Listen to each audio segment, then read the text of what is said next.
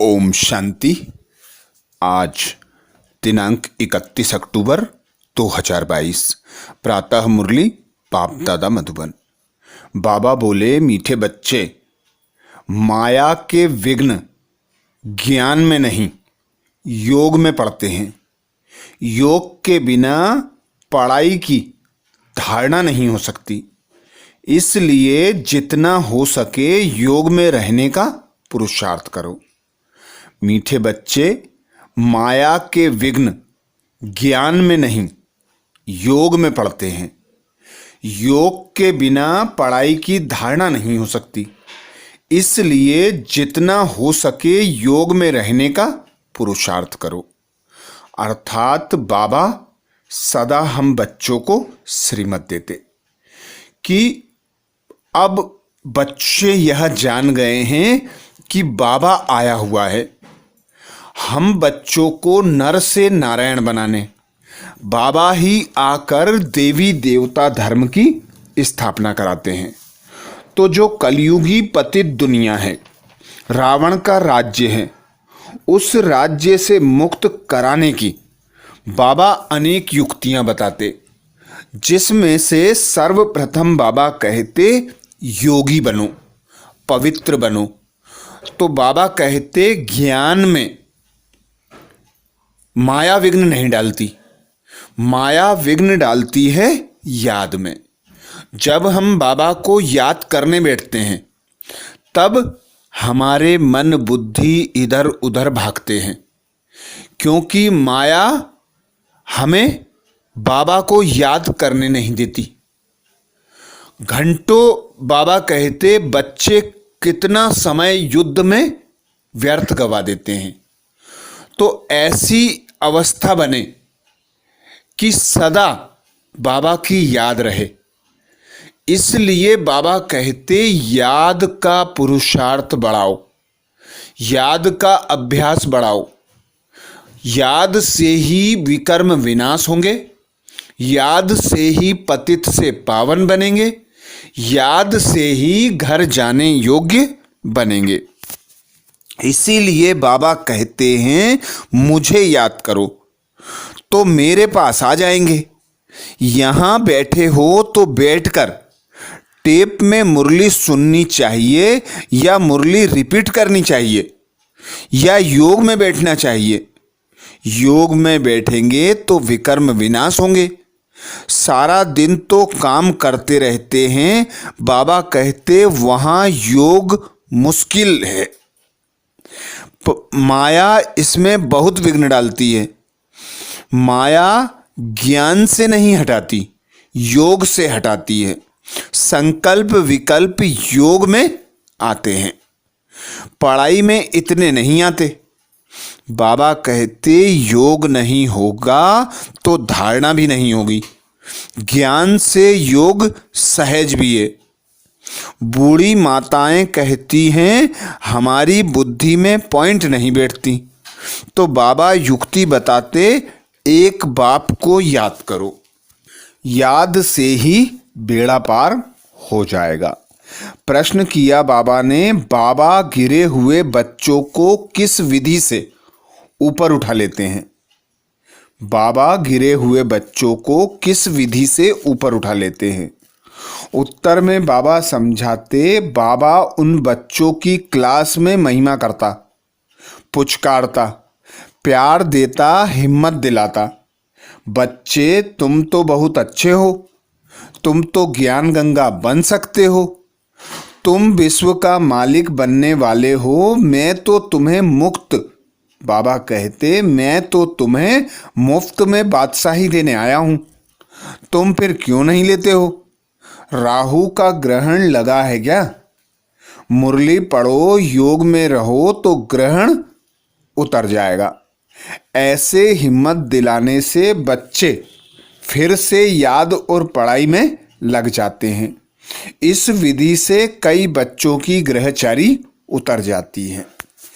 गीत सुनाया बाबा ने, दूर देश का रहने वाला आया देश पर आए। ओम शांति।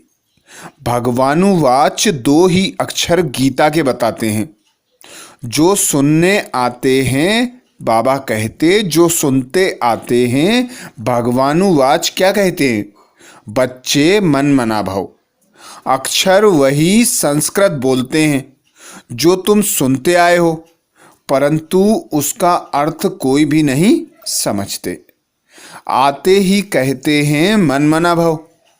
अगर कहें श्री कृष्ण भगवानुवाच तो श्री कृष्ण कहेंगे क्या कि मुझे परमात्मा को याद करो? यह तो झूठ हो गया। यहाँ परम पिता परमात्मा शिव कहते हैं शालिग्रामों से कि मन मना भाव, मुझ परमात्मा को याद करो, क्योंकि अब सबका मौत है। गुरु लोग, भाई बंधु सब जब कोई मरने की हालत में होते हैं तो कहते हैं श्याम कहो, कृष्ण कहो, या चित्र सामने रख देते हैं, राम का, कृष्ण का, हनुमान का, गुरु आदि का। यहाँ तो सारे मनुष्य मात्र का मौत है। सभी वानप्रस्थ अवस्था में हैं। छोटे बड़े सबको वाणी से परे परम धाम साइलेंस वर्ल्ड में जाना है। उसको निराकारी दुनिया भी कहते हैं। वह है अहम आत्मा की दुनिया। यहाँ जब आते हैं तो आत्मा साकारी बनती है। वहाँ चोला नहीं है, यहाँ चोला धारण कर पाठ बजाती है। अब बाबा कहते हैं तुम बच्चों को वापस ले चलने आया हूँ। मैं कालों का काल हूँ। अमृतसर में एक अकाल तख्त भी रखा है, अकाल तख्त जिसको काल खा ना सके। अब कालों का काल कहते हैं मैं तुमको वापस ले जाता हूँ, तुमको फिर पार्ट बजाने आया हूँ। बाबा कहते इस सृष्टि के आदि मध्य, बाबा कहते सृष्टि के आदि से पहले किसका पार्ट चला? क्योंकि यह सृष्टि वैरायटी धर्मों का झाड़ है। सब नंबरवार आते हैं। पहले है देवता धर्म, अब वह धर्म प्रायः लोप है, उसका ज्ञान भी लोप है। तो शास्त्रों में कहाँ से आया?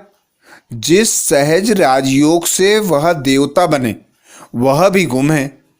बाकी यह गीता आदि हैं भक्ति की सामग्री, क्योंकि यह ज्ञान तुमको यहाँ ही मिलता है। फिर उसका शास्त्र सतयुग त्रेता में होता नहीं। तो द्वापर में कहाँ से आए? वहाँ कोई तुम्हारी सच्ची गीता आदि नहीं होती। वहाँ फिर ड्रामा अनुसार वही भक्ति मार्ग की गीता आदि बनाते हैं। कहते हैं आगे महात्माओं की बुद्धि अच्छी थी तो उन्होंने बैठ यह शास्त्र आदि बनाए। ड्रामा अनुसार बनने ही थे। उस समय रियल चीज कहाँ से आए? जैसे गांधी के साथ मोतीलाल आदि का पार्ट था, अब अगर उसका नाटक बनाए तो वह कहाँ से आए? यह ऐसे ही आर्टिफिशियल बनाएंगे। अब ब्रह्मा की स्थापना का पाठ चल रहा है। किस चीज की स्थापना? बच्चे जानते हैं देवी देवता धर्म की स्थापना सतयुग के लिए हो रही है। इसलिए बाप कहते हैं मुझे याद करो तो मेरे पास आ जाएंगे। यहाँ बैठे हो तो बैठकर टेप सुननी चाहिए या मुरली रिपीट करनी चाहिए या योग में बैठना चाहिए तो विकर्म विनाश हो। सारा दिन तो काम में रहते हो, वहाँ योग में मुश्किल रहते होंगे। इसमें माया विघ्न डालती है। माया ज्ञान से नहीं हटाती, योग से हटाती है। संकल्प विकल्प योग में रहने नहीं देते। पढ़ाई में इतने विघ्न नहीं पड़ते हैं। हाँ, अगर योग में नहीं होगा तो पढ़ाई की धारणा नहीं होगी। ज्ञान से योग सहज भी है। बूढ़ी माताएं जो कहती हैं हमारी बुद्धि में इतनी पॉइंट नहीं बैठती, तो बाबा कहते हैं अच्छा मेरी याद में रहो। बाबा कहते हैं हे भक्तों, भगत तो सब हैं, परंतु तुम सिकिलदेह भगत हो, जिन्होंने पूरा आधा कल्प भक्ति की है। सब तो पूरी भक्ति नहीं करते। कल तक जो आते रहेंगे वह इतना समय ही भक्ति करेंगे, परंतु तुम ही पूज्य और पुजारी बनते हो। वह भी बच्चों को, बाबा कहते, वह भी बच्चों से मालूम पड़ जाता है। जो बच्चे बनते हैं, श्रीमत पर चलते हैं, समझते हैं यह हमारे कुल के हैं, जिनको पूरा निश्चय है कि हमको परमात्मा पढ़ाते हैं, वह हैं सगे बच्चे। सगे बच्चे बलि चढ़ते हैं, लगे बच्चे बलि नहीं चढ़ते। इसमें डरना नहीं है। भक्ति में तो बलि चढ़ते आए हो, कुछ ना कुछ ईश्वर अर्थ दान करते आए हो, यह भी बलि चढ़ना हुआ। फिर कहते हो परमात्मा ने पुत्र दिया, धन दिया, परंतु मनुष्य इसका अर्थ नहीं समझते।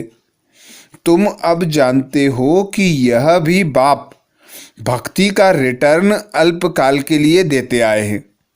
सतयुग में ऐसे नहीं होता। तुम भक्ति में जो करते आए हो वह सतयुग में होता नहीं। ना कोई गरीब होता, किसको दान करें? ना कोई शास्त्र होते, ना मंदिर होते। यह सब भक्ति मार्ग की सामग्री है जो सतयुग में होती नहीं।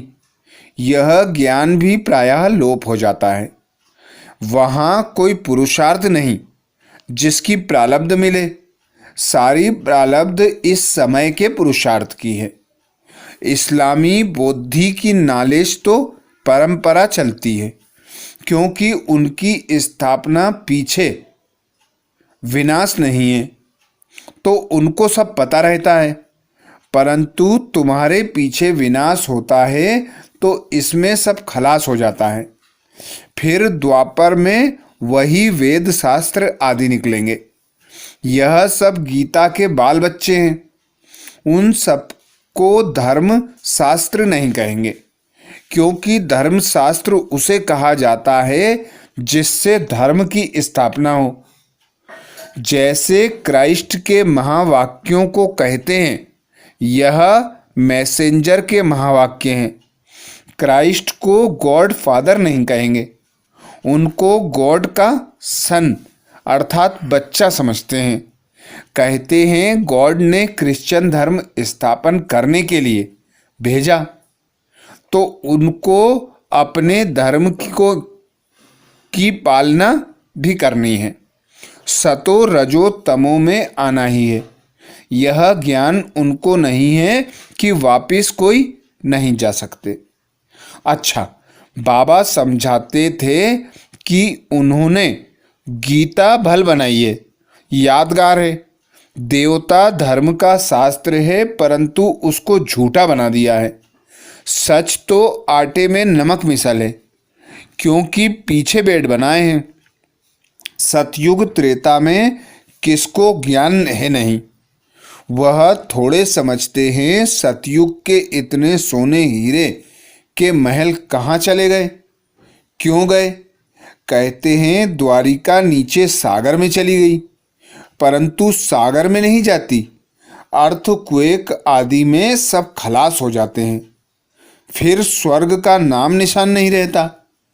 प्रारब्ध भोग कर खलास कर दी तो उसका नाम निशान नहीं रहता, ना हिस्ट्री रहती है। जैसे मंदिर बनते हैं तो उनकी हिस्ट्री है।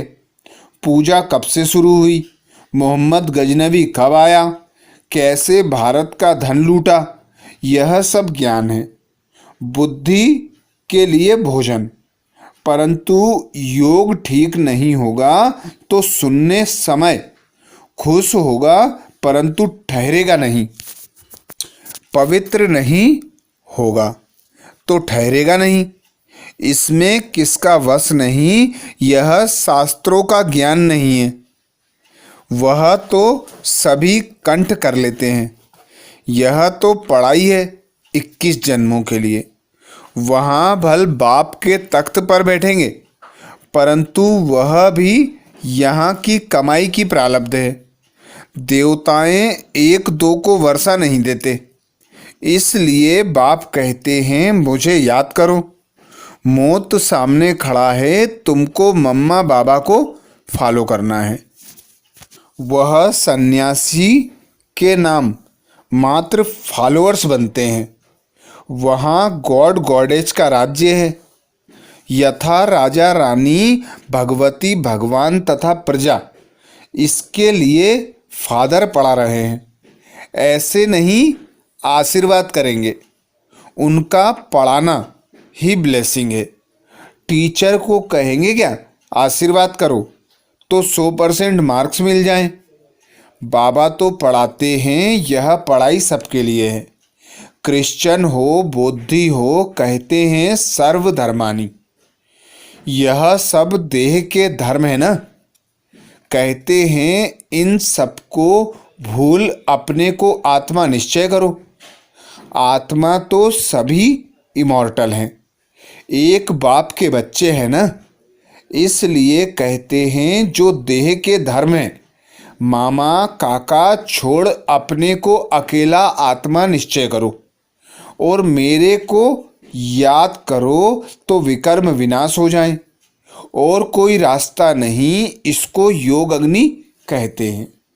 बाबा के पत्रों में तो चिटचिट होती है, जो मधुबन में रात को सुनाई जाती है। मधुबन में बाबा हंसाएंगे भी, उमंग भी दिलाएंगे। कहेंगे तुम बड़ी अच्छी हो, ज्ञान गंगा बन सकती हो। क्या टेलीफोन ऑफिस में नौकरी करती हो? तुम तो महारानी बनने वाली हो। गिरने वाले को भी उठाएंगे। बाबा कहते हैं मैं जानता हूँ कि बहुतों को राहु का ग्रहण लगता है। समाचार आते हैं तो बाबा उनको उठाते हैं। मुफ्त बादशाही देने आया हूँ। तुम्हारे को क्या हुआ? राहु का ग्रहण लगा हुआ है, योग में रहो, मुरली सुनो। ऐसे पत्र लिखने पड़ते हैं। बहुत प्रकार के पत्र आते हैं। कोई के साथ दिल लग जाती है तो आपस में प्लान बनाते हैं। अच्छा हम आपस में गंधर्वी विवाह करेंगे। मैं तुमको बचाता हूँ, बंधन से छुड़ाता हूँ। बाबा कहे तुम कैसे बचा सकते हो? पहले तुम माया से बचे हो। बाबा से राय ली है, श्रीमत ली नहीं है, और आपस में सगाई की बातें करते हो तो मुर्दे माया घसीट कर ले जाएगी। सूक्ष्म में दिल लग जाती है तो ऐसी ऐसी बातें करते हैं। बाबा समझ जाते हैं यह रसातल में जा रहा है। सगाई तो माता पिता करते हैं, तुम मुट्ठे आपस में ही सगाई कर रहे हो गुपचुप में। तुमको पता नहीं कि ऐसे विघ्न आते हैं। गुड़ जाने गुड़ की गोथरी जाने। बाबा तो सभी बच्चों को जानते हैं, कोई भी पूछ सकते हैं बाबा मैं मातेला हूँ व सोतेला हूँ। अब शरीर छूट जाए तो क्या पद मिलेगा? शरीर पर किसका भरोसा नहीं। स्टीमर डूब जाते हैं, एरोप्लेन गिर जाता है तो क्या गति होती है। मौत तो सबके सिर पर खड़ा है। इसलिए आज का काम कल पर नहीं रखना है, नहीं तो धर्मराजपुरी में साक्षात्कार होगा। देखो कल कल करते काल खा गया। श्रीमत पर ना चले तो राज्य पद गवा देंगे। थोड़ा भी सुनने वाला हो तो स्वर्ग में आ जाएगा। फिर जो जितनी स्थापना में मदद करेंगे उतना पद पाएंगे। जैसे गांधी जी को मदद की, कितने जेल में गए, कितने मरे, रिटर्न में क्या मिला? कोई साहूकार कांग्रेसी के पास जाकर जन्म लिया होगा। जब समय बाकी, बाबा कहते अब समय बाकी कितना थोड़ा है। फिर क्या सुख मिला? ज्ञान सुनकर जाते तो व्यर्थ नहीं जाएगा। यहाँ कुछ छुड़ाया नहीं जाता है। यह तो उन्होंने तंग किया विकारों के लिए, तब लाचारी में उनको छोड़ना पड़ा। नहीं तो क्या करें, तो बाप को शरण देनी पड़ी। ऐसे तो अब तक भी शरण लेते रहते हैं, इसमें भगाने की कोई बात ही नहीं। यह तो ड्रामा अनुसार गौशाला बननी थी।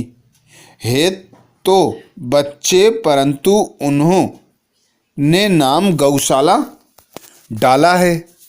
कहते हैं कृष्ण ने नदी पार की तो गौओं ने भी पार की होगी।